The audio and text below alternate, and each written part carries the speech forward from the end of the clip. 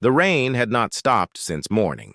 It fell in a fine, persistent mist that clung to the old stones of Briarwood Manor and turned the overgrown gardens into a tapestry of muted greens and shimmering gray. From her small office, a room that had once been a pantry, Elara Vance could hear the soft, rhythmic drumming on the slate roof, a sound as constant as the beat of her own heart. The scent of damp earth and wet lavender drifted through the open window, a perfume of quiet industry and patient growth. She dipped her pen into the inkwell, the scratch of the nib against the thick paper of the ledger, the only sharp sound in the room. Before her, columns of figures marched in neat, orderly lines. Expenditures for seeds, the cost of mending the schoolhouse roof, the meager income from selling surplus vegetables in the village. It was a fragile economy, built on hope and careful husbandry, but it was solvent, just. For another month, the children would have books, the small collection of families she supported would have bread, and Briarwood, this forgotten corner of the vast Blackwood estate, would continue its slow, steady return to life. Elara was a creature of such forgotten corners. A distant, twice-removed cousin of a cousin, she had been raised on the periphery of a world she did not belong to, always observant, always silent. After her last guardian had passed, leaving her with a paltry annuity and a letter of introduction to the Duke of Blackwood's steward, she had not expected charity. She had requested purpose. The steward, a man weary of managing a sprawling, largely absent duke's domain, had offhandedly granted her the use of the derelict Briarwood dower house. It had been empty for 50 years, a place of ghosts and decay. He had likely expected her to fail, to retreat within a season. He had underestimated her. Where others saw rot, Elara saw potential. The collapsed conservatory became a greenhouse. The weed-choked kitchen gardens were tamed, tilled, and coaxed into yielding sustenance. The abandoned West Wing, with its handful of structurally sound rooms, was cleaned and repurposed into a small school for the village children whose parents could afford neither tutors nor the long journey to the nearest town. She did not own the land. She did not own the house. She was merely a tenant of grace, a ghost tending to other ghosts. But in the 3 years she had been here, she had woven herself into the fabric of the place, her quiet competence a thread that was slowly mending the tattered whole. A sharp rap on the office door startled her from her accounts. It was too early for Mrs. Gable with her midday tea. Elara rose, her gray wool dress making no sound on the worn floorboards. She opened the door to a stranger. He was tall, dressed in the sturdy, unassuming clothes of a traveler or perhaps a land agent. A heavy tweed coat darkened by the rain, scuffed leather boots caked with mud. Water dripped from the brim of his hat, which he removed with a gesture of polite deference. His hair was dark, and his face, though shadowed by the dim light of the corridor, was etched with a stern, weary sort of gravity. His eyes, a startlingly clear shade of gray, met hers with an unnerving directness. "Miss Vance?" His voice was low and resonant, a voice accustomed to command, but here softened by a note of inquiry. "I am—" She kept her hand on the doorknob, a small, unconscious gesture of defense. Strangers were a rarity at Briarwood. "My apologies for the intrusion. I was told in the village I might find you here. I am surveying some of the outlying lands of the Blackwood estate." He offered no name, only a purpose. His gaze drifted past her into the small, meticulously organized office, taking in the neat stacks of paper, the jar of wildflowers on the windowsill, the ledger open on the desk. It was an assessor's gaze, cool and appraising. Elara felt a familiar, cold knot tighten in her stomach. The Duke of Blackwood was a phantom, a name whispered in London drawing rooms, a man who had not set foot on his ancestral lands in over a decade. But the estate was still a machine of law and finance. Surveyors meant assessments. Assessments meant change, and change was a threat to the fragile ecosystem she had built. "The lands are extensive," she replied, her tone even. "Briarwood is a small, neglected part of it." She was not apologizing for its state, merely stating a fact. So I had been led to believe. A flicker of something, surprise perhaps, crossed his features. "But it does not appear neglected now." He gestured vaguely with his hat towards the gardens, visible through the corridor window. "I saw the fields from the road. They are well tended. We do our best with what we have." She did not elaborate. She would not plead her case to a surveyor. The work had to speak for itself. If it was not enough, then no words would suffice. He seemed to understand her reticence. He did not press for details. Instead, a silence settled between them, filled only by the sound of the rain. It was not the awkward silence of strangers, but something more weighted, an interval of mutual observation. He was looking at her, she realized, with the same careful scrutiny he had given her office. He was seeing not just the woman in the plain dress, but the architect of this small, ordered world. And she, in turn, saw past the surveyor's guise to the weariness in his eyes, a profound exhaustion that seemed to emanate from a place deep within him. It was a loneliness she recognized, for it was a close cousin to her own. "May I take shelter for a moment?" he asked, his tone shifting slightly. "The rain seems to have settled in for the day." It was a simple request, but it felt like a concession, a small lowering of his guard. Ilara hesitated for a fraction of a second. Every instinct for self-preservation told her to send him on his way. But the quiet integrity she lived by, the same impulse that led her to mend broken things, would not permit it. He was a man caught in the rain, nothing more. "Of course." She stepped back, opening the door wider. "Mrs. Gable is about to bring tea. You are welcome to join us." He stepped inside, bringing the cold, fresh scent of the storm with him. As he passed her in the narrow hallway, the damp wool of his coat brushed against her arm. The contact was brief, accidental, yet it sent a strange warmth through her, a startling current of awareness in the quiet, insulated world she had so carefully constructed. He paused in the center of the hall, his presence seeming to fill the small space, and for the first time, Ilara felt that the fragile peace of Briarwood had been irrevocably disturbed. The Duke had, in a sense, already arrived. He simply wore a different name. The man, who introduced himself only as Mr. Black, became a recurring presence at Briarwood over the next several weeks. The rain gave way to a soft, luminous autumn, and under the guise of completing his survey, he would appear at the edge of the gardens or by the low stone wall that bordered the schoolhouse yard. He never came to the front door again, preferring instead these quiet, unannounced arrivals that felt less like intrusions and more like a natural part of the shifting season. Ilara maintained a careful distance, busying herself with her work whenever he was near. She would be kneeling in the dirt, thinning rows of late-season carrots, and look up to find him standing there, watching, his hands clasped behind his back. His stillness was unnerving, yet it was not the stillness of judgment. It was one of intense, focused observation, as if he were trying to commit every detail to memory.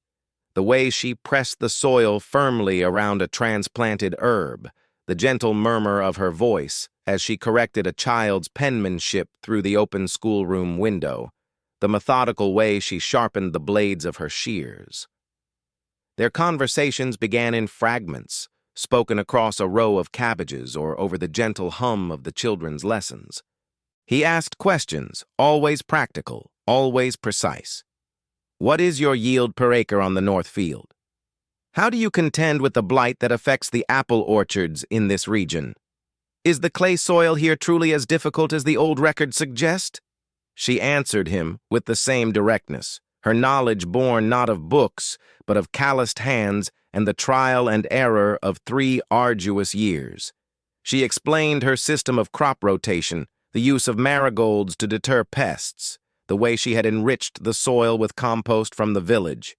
She spoke of the land not as a commodity to be exploited, but as a partner to be understood and respected.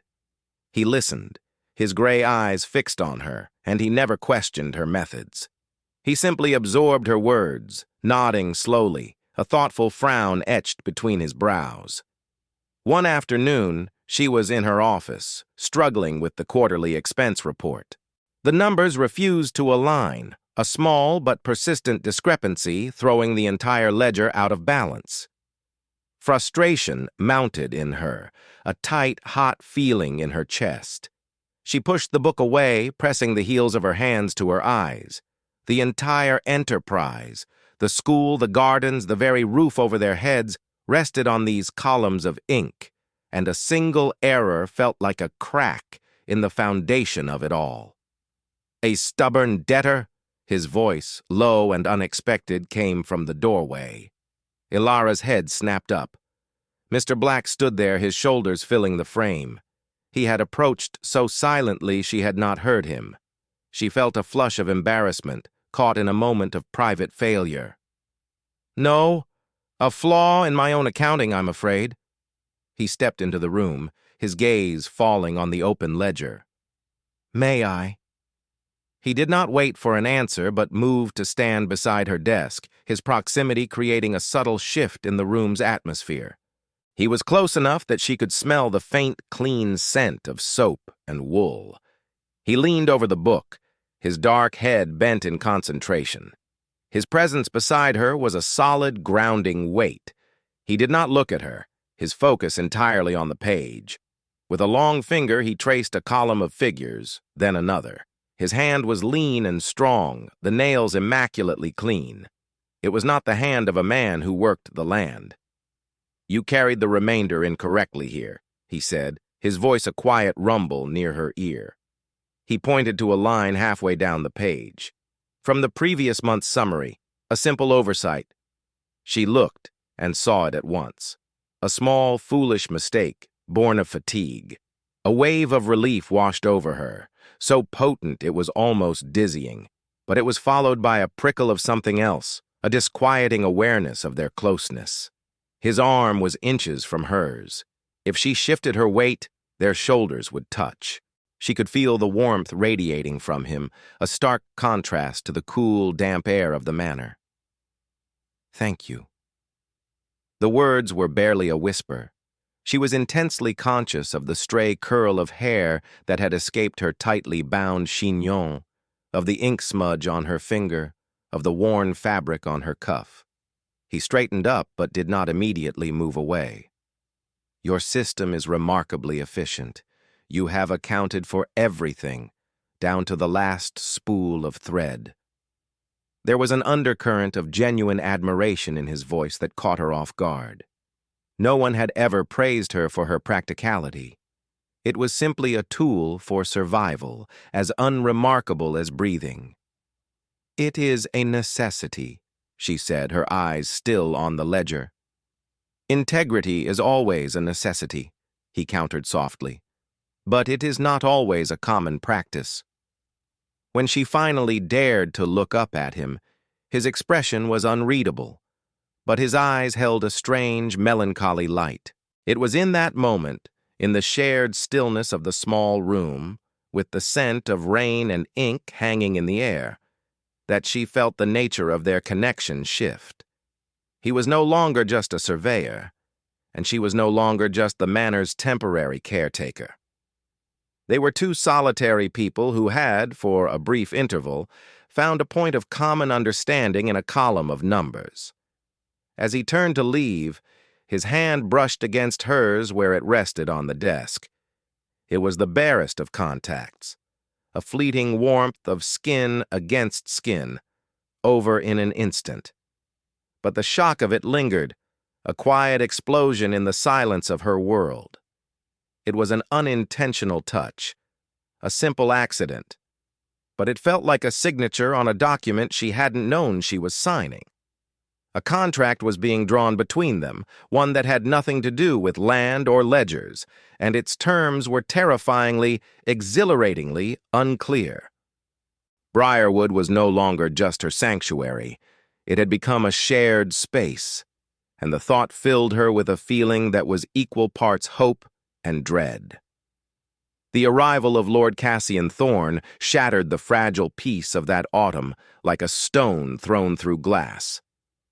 He came not in a traveler's coach, but in a gleaming black carriage drawn by two perfectly matched bays, a vehicle of such ostentatious expense that it seemed to mock the humble austerity of Briarwood. It rolled up the gravel drive with a sound like grinding teeth, and from it emerged a man who was the physical antithesis of Alistair Black. Where the surveyor was dark and somber, Lord Cassian was fair and florid, his face flushed with an air of entitled impatience. He was, as Mrs. Gable whispered to Alara with a sniff of disapproval, the Duke's cousin, and he had come looking for him. "I was told my cousin has been seen in this godforsaken parish," he announced, striding into the hall without invitation. His gaze swept the space with open contempt, lingering on the mended runner on the floor and the simple vase of autumn leaves on the hall table. "He is not in London. He is not at the main estate. Logic dictates he must be skulking about one of these lesser properties. Have you seen a man of his description? Tall, brooding, looks as though he's perpetually composing a funeral dirge." Ilara, who had been preparing the children's midday meal, stood frozen in the doorway to the kitchen, a wooden spoon in her hand. The description, though cruel, was undeniably accurate. The man she knew as Mr. Black was the Duke of Blackwood. The revelation struck her with the force of a physical blow, leaving her breathless. The surveyor, the quiet observer, the man whose brief touch still echoed on her skin, was the phantom landlord, the very person with the power to undo everything she had built. A bitter, hollow feeling opened up inside her. She had been a fool, an object of study for a bored nobleman. "We have had a visitor," she managed, her voice betraying none of the turmoil within. "A Mr. Black. He is a land agent." Cassian let out a short, unpleasant laugh. "A land agent? Oh, that is rich. Alistair always did have a penchant for melodrama. Playing at being a common man, how utterly tedious." He dismissed the topic with a wave of his hand. "Well, when you next see my august cousin, inform him that I am here. I shall be staying at the local inn, if one can call that hovel such a thing, and I require a word with him about the sale of this particular parcel of land." The sale of this land. The words hung in the air, cold and sharp. So that was the purpose of the survey. It was not an assessment. It was a prelude to a transaction. Alistair's questions, his interest, his quiet praise, it had all been a charade, a due diligence performed by the seller himself. He was here to measure the value of what he was about to discard. Over the following days, Cassian became a noxious presence. He took to visiting Briarwood daily, his polished boots trampling the neat garden paths, his loud, cynical voice disrupting the quiet hum of the schoolhouse. He treated Ilara with a thinly veiled disdain, referring to her as the governess or the gardener, his tone making it clear he considered both roles contemptible. He questioned her right to be there, demanding to see paperwork she did not possess. "You are a squatter, madam," he said to her one afternoon, finding her in the conservatory where she was potting seedlings. He stood over her, his bulk blocking the light. "Living on my cousin's charity. A charity, I assure you, that is about to be rescinded. This property is to be sold. I am the prospective buyer." The revelation landed with a dull thud. Of course, Cassian wanted the land for himself. His antagonism was not just about social snobbery, it was about acquisition.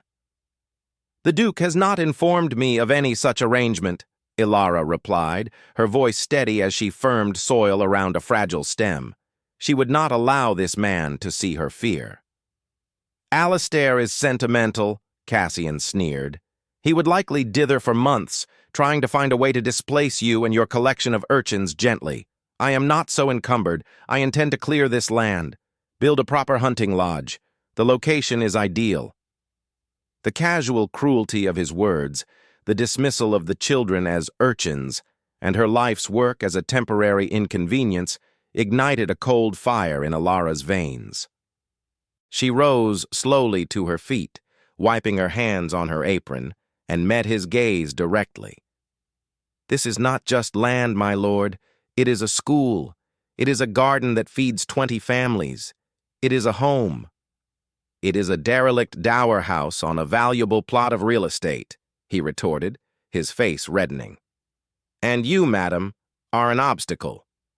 The true humiliation came a few days later. Cassian, having learned of her small market stall in the village, chose a busy Saturday morning to stage his confrontation. He arrived as Ilara was negotiating the sale of 3 large pumpkins to the innkeeper's wife, his presence immediately drawing the attention of the small crowd.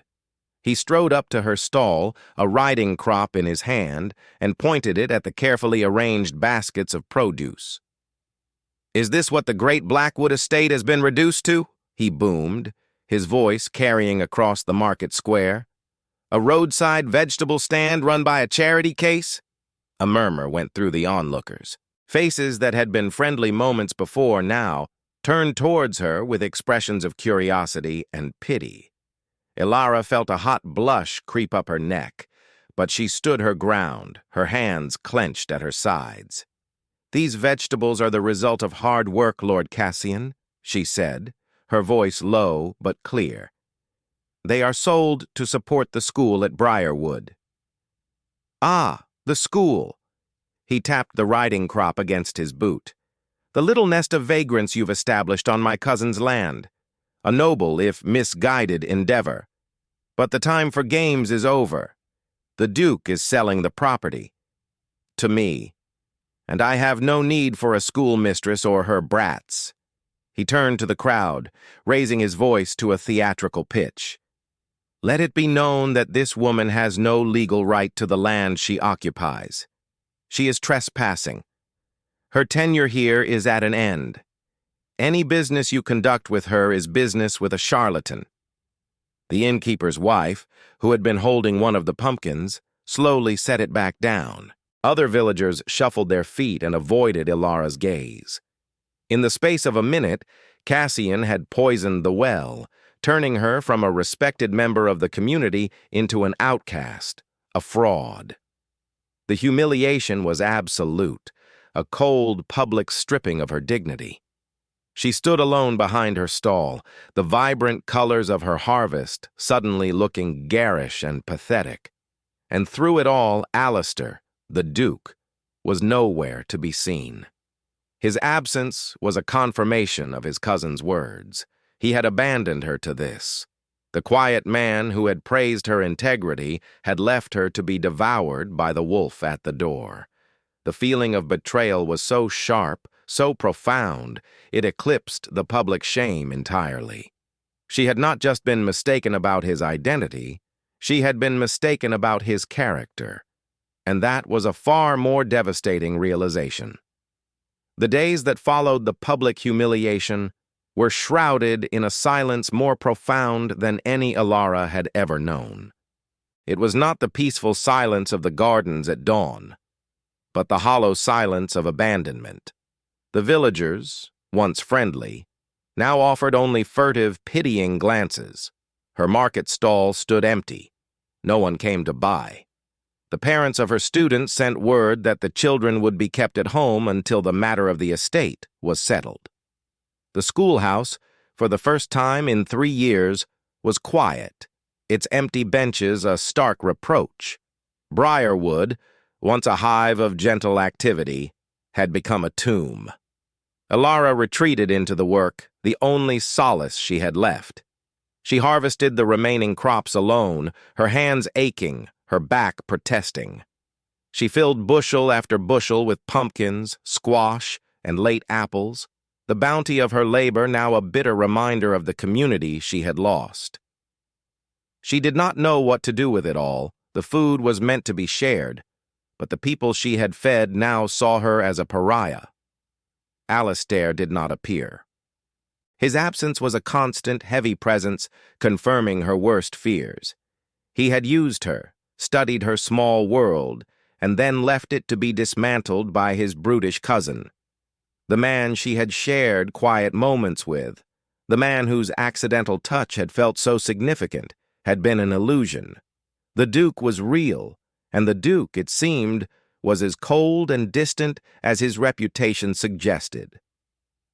The crisis arrived on a Tuesday, carried by a sharp, biting wind that heralded the coming of winter. A letter was delivered not to her, but to Mrs. Gable, who brought it to Alara with a trembling hand. It was from Lord Cassian's solicitor. The document was formal, brutal, and clear. As the designated agent for the Duke of Blackwood in the forthcoming sale, Lord Cassian was issuing a formal notice of eviction. All occupants were to vacate the premises of Briarwood Manor within 1 week. Any property remaining after that date would be disposed of. 1 week, 7 days to dismantle a life. 7 days to find a new home for herself, for Mrs. Gable, and to abandon the children she had sworn to protect. The paper felt impossibly heavy in her hand. It was not just a notice, it was a death sentence for Briarwood. Cassian had won. That evening, as a cold, hard rain began to fall, lashing against the windows, a fire broke out. It started in the old stables, a structure she had been using to store the excess harvest and dried winter fodder. A stray spark from a faulty flue, fanned by the relentless wind, quickly ignited the dry timber and hay. Shouts from the lane alerted her, and she ran out into the storm to see a horrifying orange glow painting the underside of the clouds. The stables were engulfed in flames.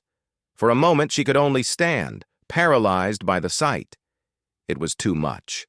The eviction, the ostracism, and now this. It felt like the final cruel act of a hostile fate. But then, her ingrained sense of duty took over. The fire was close to the main house, to the school wing. She could not let it spread. Grabbing buckets, she and Mrs. Gable began a frantic, hopeless battle against the inferno. The rain, which should have helped, was driven sideways by the gale, doing little to quell the flames. The heat was intense, the smoke thick and choking. It was a losing fight, and she knew it. All she could do was try to contain it, to save what little was left. It was in the midst of this chaos, her face smudged with soot, her dress soaked, her lungs burning, that he appeared. Alistair. He emerged from the darkness and the driving rain like an apparition, his face pale and grim in the flickering firelight. He was no longer Mr. Black, the quiet surveyor. He wore the authority of his station like a shroud, his expression stark with a terrible raw emotion. He did not speak. He simply took the bucket from her hands, his grip firm and resolute, and joined the futile effort. Another man was with him, his steward, and together they began to organize a proper bucket brigade, shouting orders, their voices cutting through the roar of the fire and the wind. But Alara barely saw them. Her eyes were fixed on Alistair. As he worked, his coat discarded, his shirt sleeves rolled up, she saw not a duke, but the man she had first met. The man whose quiet intensity had drawn her in. But now, seeing him here, in the heart of this disaster, the betrayal returned with a vengeance. He had come back, but only at the end. He was here to witness the final collapse of the world he was preparing to sell. The fire was eventually brought under control, reduced to a smoldering blackened ruin where the stables had once stood. The harvest was lost. The winter provisions were gone. Ilara stood shivering in the cold, wrapped in a blanket someone had thrown over her shoulders, and stared at the devastation. Alistair approached her, his face streaked with grime, his hair plastered to his forehead. The weariness in his eyes was deeper than she had ever seen it. "Ilara," he began, his voice hoarse. She flinched at the sound of her name on his lips. She turned to face him, the blanket clutched tightly around her, a flimsy shield against the cold and the man who was its source. "You are the Duke of Blackwood," she said. It was not a question. It was an accusation. He flinched as if she had struck him. "Yes." "And you are selling this land to your cousin." Her voice was flat, devoid of emotion. She had spent it all on the fire. "It was the intention," he admitted, his gaze falling to the scorched ground. "Before," she repeated, a bitter laugh escaping her. "Before you saw how efficiently I ran your derelict property? Before you completed your assessment? Was I a satisfactory steward, Your Grace? Did I increase the property's value for you?" "That was never—" "Do not lie to me," she cut in, her voice finally cracking, a fissure in the ice. "I have been lied to enough. By your absence, by your silence. You stood by while your cousin publicly destroyed my name.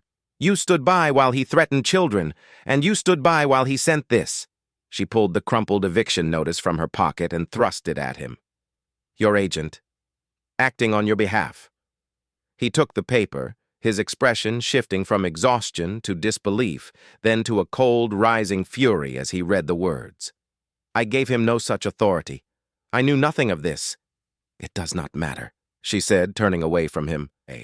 Her shoulders slumped in defeat. "He did it all the same, and you did nothing to stop him." She felt a profound sense of betrayal, a wound far deeper than the loss of the stables or the school. He had seen the small, good thing she had built, had praised its integrity, and then had allowed it to be broken. It was an act of casual vandalism against the spirit, and it was unforgivable. She had to choose now, based on her own integrity, and that integrity demanded she turn her back on the man who had so thoroughly trampled upon hers. The trust she had offered him had been misplaced, and the only honorable path left was to walk away from the ashes, leaving him to survey the ruin he had, by his inaction, helped create. The following evening, a dinner was held at the Blackwood ancestral seat, Northwood Abbey, a grand and imposing edifice some 10 miles from Briarwood. It was a formal affair, hastily arranged by Lord Cassian, who, in the Duke's continued absence from London society, had taken it upon himself to act as host for a gathering of local landowners and magistrates. His intention was clear: to publicly cement his position as the heir apparent to the Duke's influence and to finalize the social narrative of his acquisition of Briarwood.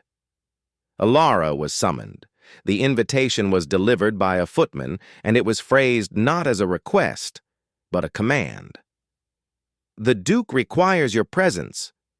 She knew it was Cassian's doing, another turn of the screw, a final act of public humiliation where she would be forced to stand as a vanquished party before the very people her work had served.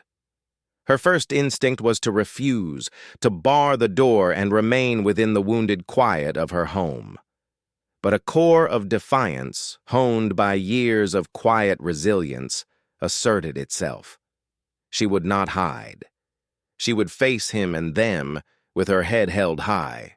She would grant him no more power over her than he had already taken. She dressed in her only formal garment, a gown of deep blue velvet, simple and unadorned. It was years out of fashion, but it possessed a quiet dignity. With Mrs. Gable's help, she pinned her hair in a severe but elegant knot. Looking at her reflection in the cracked mirror, she saw not a victim, but a survivor, her face pale but her eyes clear. She was armed with nothing but her own integrity, and it would have to be enough. The great hall of Northwood Abbey was a world away from the humble austerity of Briarwood. It blazed with the light of 1,000 candles, their flames reflecting in polished silver and sparkling crystal. The air was thick with the scent of beeswax and expensive perfume. A low murmur of conversation filled the cavernous space, the sound of a society comfortable in its power. Cassian met her at the door, a triumphant smirk playing on his lips. "Ah, the schoolmistress! How good of you to come! I trust you are prepared to be reasonable." He led her into the room, his hand on her elbow a proprietary, insulting gesture. All conversation ceased. Every eye in the room turned to her. She saw the faces from the market, the magistrates, the landowners, their wives draped in jewels. They looked at her with a mixture of curiosity, contempt, and a certain cruel anticipation. She was the evening's entertainment. Cassian led her to the center of the room, near the great hearth where a massive fire roared. "My lords, ladies," he began, his voice projecting across the hall, "you all know of the situation regarding the Briarwood property, a regrettable piece of land that has for too long been misused." He gestured towards Alara. "This woman, Miss Vance, has been its occupant. Through a misunderstanding of my cousin's charity, she established a project there. While her intentions may have been noble, the time has come for practicality to rule the day. The land is to be sold." He paused, letting the weight of his pronouncement settle. "I am, as you know, the buyer, and as a first act of responsible ownership, I have offered Miss Vance a generous settlement to vacate the premises and cease her activities, a sum that will allow her to relocate without hardship." He produced a document and a heavy purse from his coat. "I have asked her here tonight to publicly accept this offer, so that we may put this untidy matter to rest and move forward." It was a masterfully cruel trap. He was framing his eviction as an act of generosity, forcing her into the role of a grateful charity case. To refuse would be to appear stubborn and ungrateful in front of the most powerful people in the county. To accept would be to validate his every slander, to agree that her life's work was an untidy matter to be swept away for coin. The silence in the room was absolute. Every face was turned to her, waiting. She could feel the pressure, the immense weight of their collective expectation. Her heart hammered against her ribs. She looked at the purse Cassian held out, a bag of gold in exchange for her soul. "There will be no sale." The voice came from the great arched doorway. It was quiet, yet it cut through the silence of the hall with the authority of a blade. Alistair stood there, no longer the surveyor, no longer the soot-stained firefighter, but every inch the Duke of Blackwood. He was dressed in severe black evening clothes, his face pale and set like granite. The weariness was gone, replaced by a cold, controlled rage that seemed to emanate from him in waves. He walked slowly into the room, his gaze fixed on his cousin. The crowd parted before him as if by an invisible force. He did not look at Alara, but she felt the entire focus of his being shift to shield her. "Alistair," Cassian stammered, his composure finally cracking. "You are late. We were just concluding the arrangements." "I am precisely on time," Alistair said, his voice dangerously soft. He stopped directly in front of Cassian, ignoring the offered document and purse. "There are no arrangements to conclude. Briarwood is not for sale. It will never be for sale." A gasp went through the room. Cassian's face flushed a deep, mottled red. "What nonsense is this? We had an agreement. You gave me your word." "I gave you my word that I would consider a sale, a decision made in a time of grief and cynicism," Alistair stated, his voice ringing with conviction. "A decision I now see was a profound error. I have been blind. I have spent a decade mourning the past, neglecting the present. I saw my lands as a burden, my heritage as a cage. I was wrong." He finally turned, and his eyes found Alara's across the space that separated them. In his gaze, she saw a deep and painful apology, a plea for understanding. "Miss Vance has shown me what I was too blind to see. She did not see a derelict property. She saw a home, She did not see fallow ground. She saw a future. With no resources but her own integrity and her own 2 hands, she brought life back to a place I had abandoned. She built a school. She fed the hungry. She created a community. She did not misuse the land. He turned his burning gaze back to the assembled guests. She honored it. He took a step closer to Alara, creating an unmistakable alliance. You speak of her as a squatter, he said to Cassian, his voice laced with ice. You call the children she cares for brats. You have slandered her name and attempted to destroy her work. You have done this, you claim, in my name. He shook his head, a gesture of profound negation. You do not speak for me. You do not act for me. Your agency is revoked. Your offer is rejected. And your presence on my lands is no longer welcome. Then he did something that sealed Cassian's fate more completely than any ducal decree. He walked to Alara's side, took her hand, and raised it to his lips, a gesture of profound public respect. Miss Vance's tenure at Briarwood is not at an end, he announced to the stunned hall. It is just beginning. I am placing the entirety of the Briarwood lands and a significant endowment from the duchy under her permanent and sole direction. The school will be expanded. The gardens will be enlarged. What she has built will not be dismantled. It will be fortified. He held her hand, his thumb stroking gently over her knuckles, a small, private gesture in the midst of a grand, public declaration. It was not a gesture of ownership, but of partnership. In front of the very society that had tried to shame her, he had not only defended her, he had elevated her, choosing her quiet competence over his cousin's wealth and status. He had seen her, truly seen her, and he had declared her value to the world. The humiliation she had suffered was washed away, replaced by a wave of stunning, unbelievable vindication.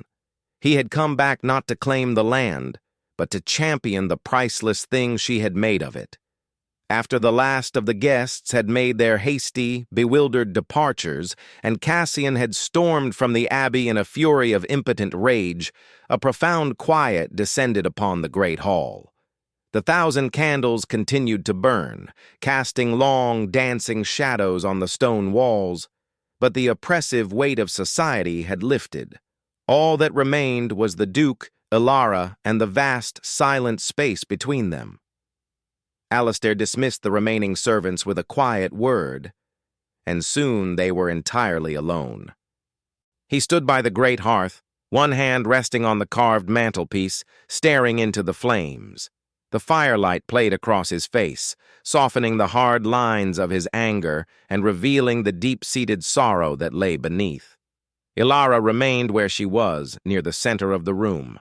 The warmth of his hand still lingered on hers. Her heart, which had been racing with a torrent of conflicting emotions, began to slow to a steady, heavy rhythm. He had defended her. He had saved Briarwood. But the chasm of his deception still lay between them. Why? The word was small in the cavernous room, yet it held the weight of everything unspoken. Why the disguise? Why the silence? He turned from the fire to face her.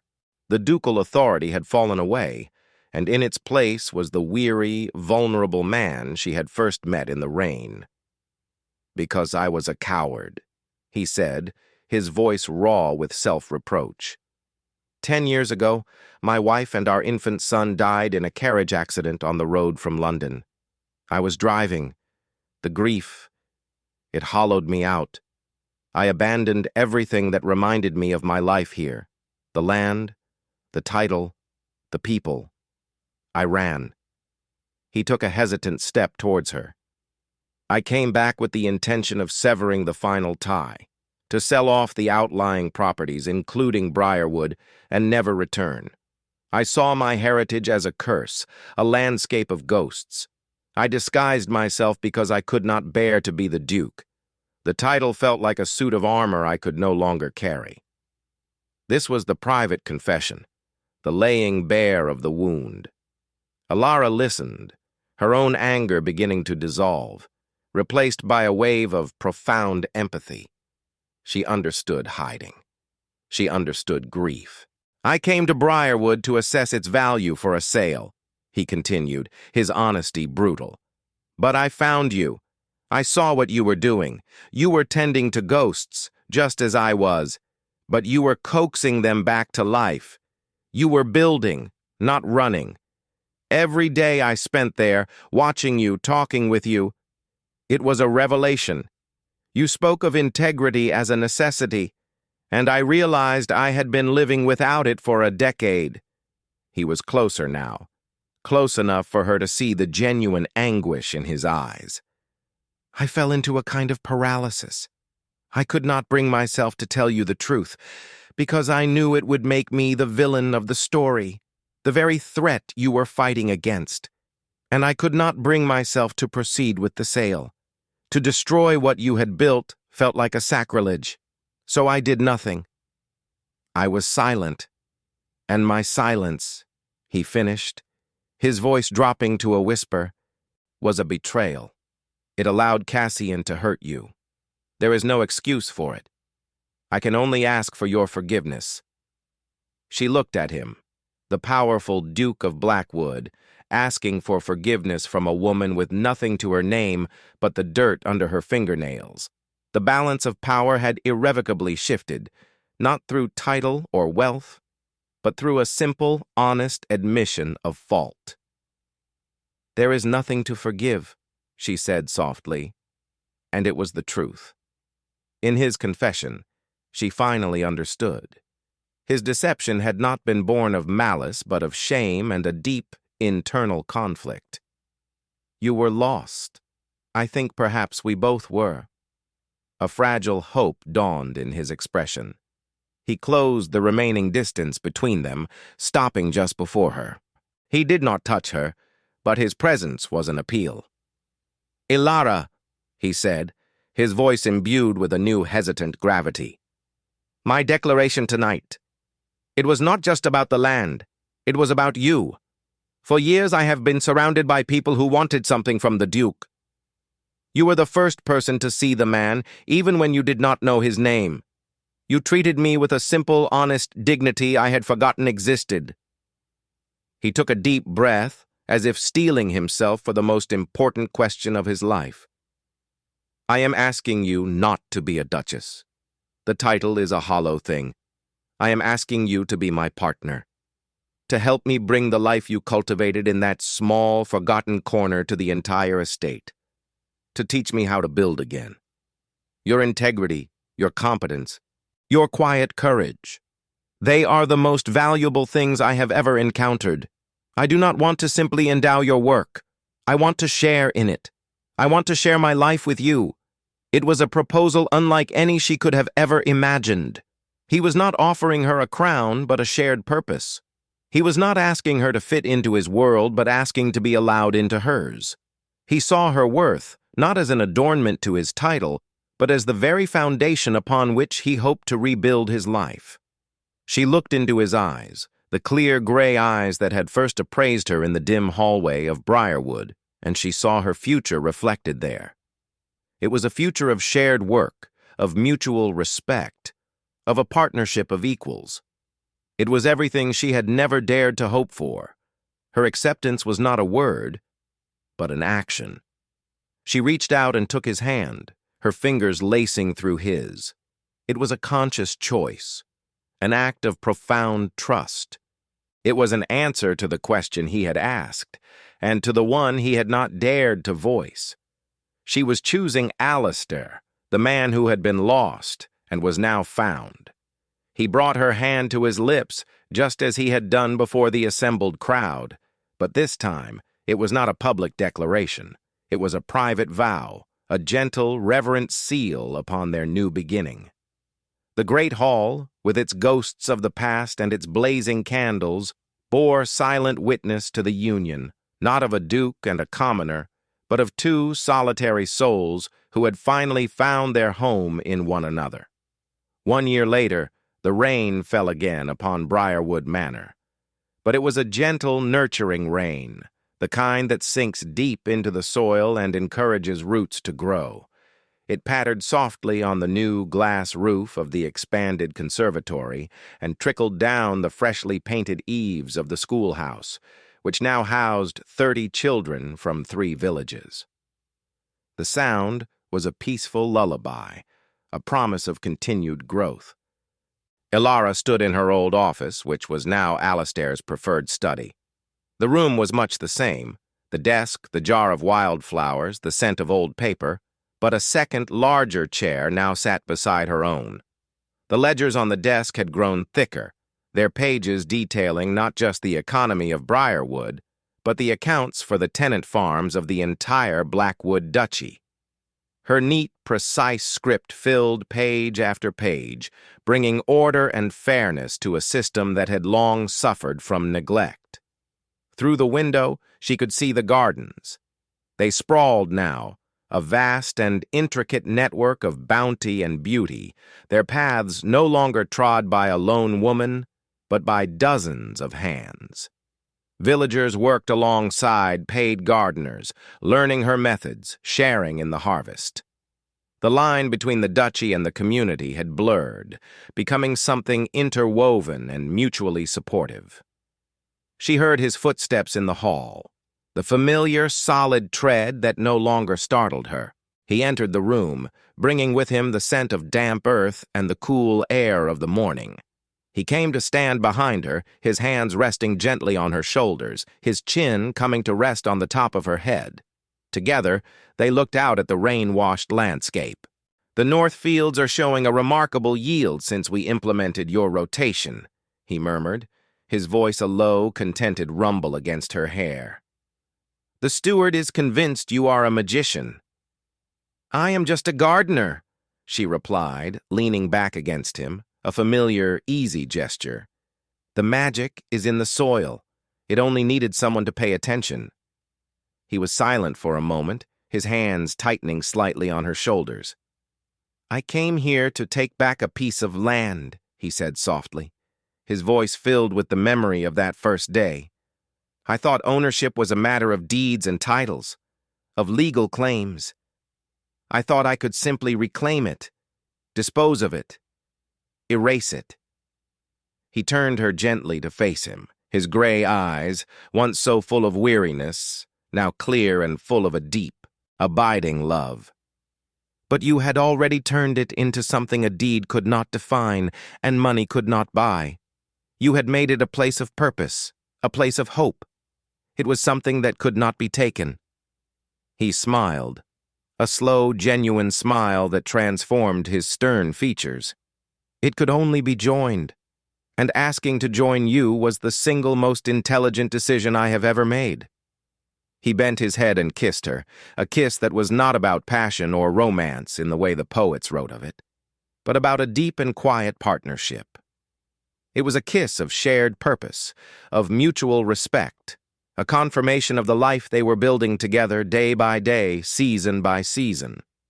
The true value of the land, he had discovered, was not in its ownership, but in its stewardship. Its worth was measured not in sovereigns, but in the quiet, unwatched moments of kindness and growth it fostered. He had come to claim a property, but in the process, he had found his own redemption, cultivated in the very garden he had meant to destroy.